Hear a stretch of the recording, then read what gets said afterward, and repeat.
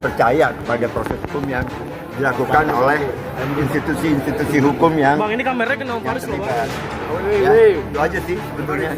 Jadi kita lihat aja berduplik sampai vonis. Yang jelas saya intinya adalah saya ingin memperbaiki diri lebih maksimal. Ya, terima kasih. Yuk.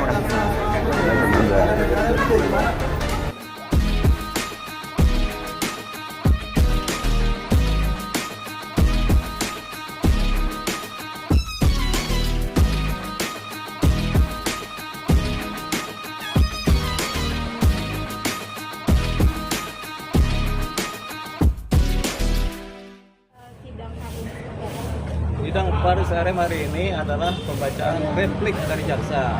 Jadi apa itu replik? Adalah ketika tim pembela mengajukan pledoi, seringkali ada jawaban terhadap pledoi. Terutama kalau pledoi atau pembelaan dari tim penasihat hukum ini berupa permohonan supaya diputus bebas atau lepas dari hukuman, itu jaksa harus menyanggah itu. Nah, karena kemarin pledoi kita adalah meminta supaya majelis hakim memutus bebas terhadap seorang Faris RM, tentunya jaksa harus melakukan replik jawaban atau sanggahan terhadap pledoi. Dan itu dilakukan dengan cara pembacaan replik secara tertulis yang tadi dibacakan. Jadi sudah benar jaksa melakukan kaidah-kaidah hukum acaranya. Isinya apa tuh, Pak? Isinya tadi, sayangnya isinya tadi cuma persoalan beda penafsiran antara tentang sosok Faris RM. Yang pertama mengenai Faris RM ini bagi jaksa dianggap sehat walafiat, sehingga dianggap bukan pecandu. Karena kalau pecandu itu harus ada kecanduannya, gemeter-gemeternya atau rasa ininya, sakitnya. Ternyata jaksa menganalisa selama ini Faris RM sehat-sehat saja. Jadi dianggap sebagai bukan pecandu atau malah orang yang sehat gitu, yang kemudian menyalahgunakan narkotika. Dari situ jaksa berbeda penafsiran dengan tim penasihat hukum, di mana pembela menyatakan Faris RM ini kecanduan. Jaksa bilang dia nggak kecanduan gitu, sehingga dia layak untuk dihukum gitu, kata jaksa. Yang kedua mengenai kata legenda, bahwasanya Faris RM seorang legenda musik. Jaksa bilang dia bukan sebagai legenda musik, tapi kami bilang dia adalah legenda musik karena faktanya demikian, dia adalah legenda musik di Indonesia, seorang komposer pencipta lagu yang sudah malang melintang di dunia musik ya. Ingat, Faris RM itu malang dan melintang gitu ya. Nah, makanya dia ada di sini kan gitu. Tapi memang jadi legenda, gara-gara malang melintang di dunia musik dia legenda. Nah, bagi jaksa dia bukanlah seorang legenda, jadi dia dianggap harusnya sama dengan subjek hukum yang lain, di mana mengikuti semua prosedur yang sah dan tidak ada keistimewaan terhadap seorang Faris RM. Tapi kami sama sekali tidak menganggap Faris RM adalah seorang yang istimewa. Kami hanya bilang dia legenda musik, patut dipertimbangkan. Istimewa tidak. Yang ketiga mengenai kontribusi. Apa kontribusi seorang Faris RM? Jaksa masih bertanya-tanya, sementara kami sudah memastikan Faris RM punya kontribusi terhadap negara. Gitu, yaitu dia menjadi memberikan kontribusi di dunia musik.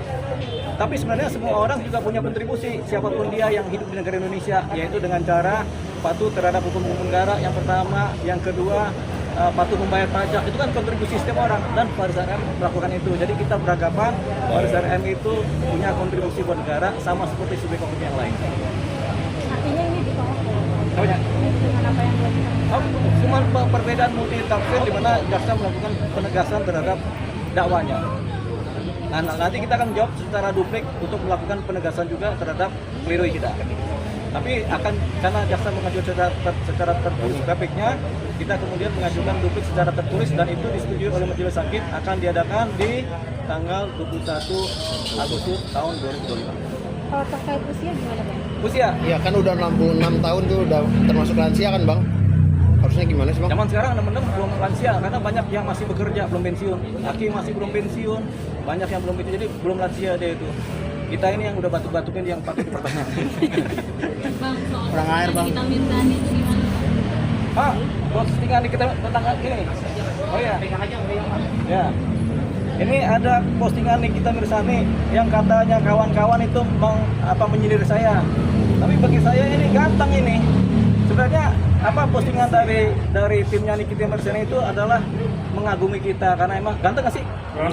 Ganteng. Ya berarti kan ganteng kan, berarti sebenarnya ya kita berterima kasih karena kegantengan kita diekspos secara berlebihan gitu. Terima kasih lah sama Nikita Mirzani dan timnya ya, yang sudah begitu kreatif menciptakan kegantengan buat kita. Nanti kalau banyak yang naksir kita, saya nggak bertanggung jawab, itu aja persoalannya. Bang, tapi memang ada masalah sebelumnya dengan ini. Nggak ada, saya nggak pernah punya masalah sama siapapun juga, sama kawan, sama musuh, nggak pernah punya masalah. Makanya hidup selalu bahagia kan, jadi kadang nggak ada masalah. Tapi dibilangnya kribo dan lain-lain itu bisa Coba bacanya apa tuh? sih. Oh, udah bang, maksudnya juga kalau Oh iya, bacain berkata. pencabutan pengacara baru itu langsung siap tetap pidana. Karena tidak ada catatan umum itu yang dicoba Richard Eliezer karena tidak nyaman. Itu tapi ini brekele ya. Ya, berkata. Si rambut brekele ya. Rambut kita brekele nggak sih? Ya. Brekele, fakta. Berarti nggak ada dia mencemarkan. Karena emang rambut kita brekele, mau bilang apa? Gitu kan? Itu brekele gitu-gitu. Ganteng. Ini juga kan brekele ini ganteng kan. Apalagi senyumnya menawan. Yang kita permasalahkan nanti kalau banyak yang naksir kita via WA, dia harus tanggung jawab nih. Ya, gitu aja. Oke. Jadi tidak masalah ya bang ya? Jadi tidak. Nggak ada masalah bang. Masalah, cuman persoalan kalau banyak yang naksir itu tanggung jawabnya timnya Nikita Mirzani ya. Kalau banyak cewek yang naksir kita itu tanggung jawab mereka gitu aja. Bang, Ya. kembali lagi ke Om Faris, mungkin sekarang kondisinya seperti apa? Tadi kan sehat-sehat ya kan? Teman-teman media, saya bersyukur karena teman-teman media setia meliput saya. Kata Pak Sarem kan, saya bersyukur kepada Tuhan karena masih dihargai oleh teman-teman media. Itu dia bagus itu. Ya. Oke. Ngomong itu kan? Nah, ya udah. Nah, kalau terkait yang dari JPU kan dibilangnya bahwa dia tidak ada kayak indikasi kecanduan dan lain sebagainya. Tapi sebetulnya dalam kondisinya saat ini seperti apa?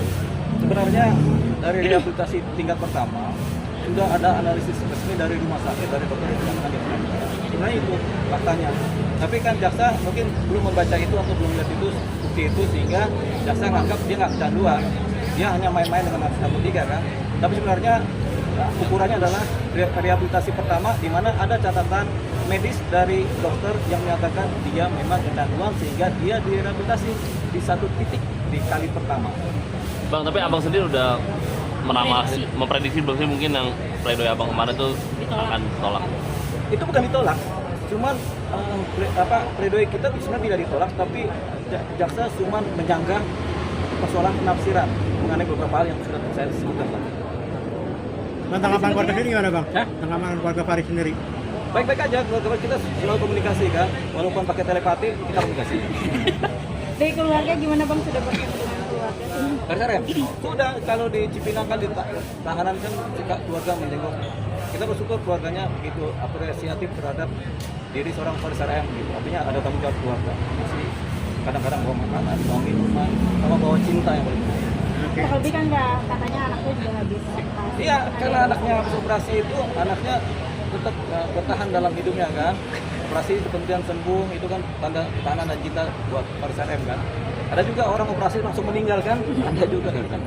Persiapan untuk sidang selanjutnya? Oh iya nanti kan tanggal 21 Agustus masih lama. Ya, jadi kita akan persiapkan secara sederhana. Kayak kita mengadakan ulang tahun sederhana, persiapan buat bikin pledoi juga buat publik juga sederhana. Bang, menjelang 17 Agustus dapat remisi nggak sih bang? Ya belum diputus bersalah. Jadi belum ada dikenal remisi itu. Ya. Siap, thank you bang. Oke, terima kasih.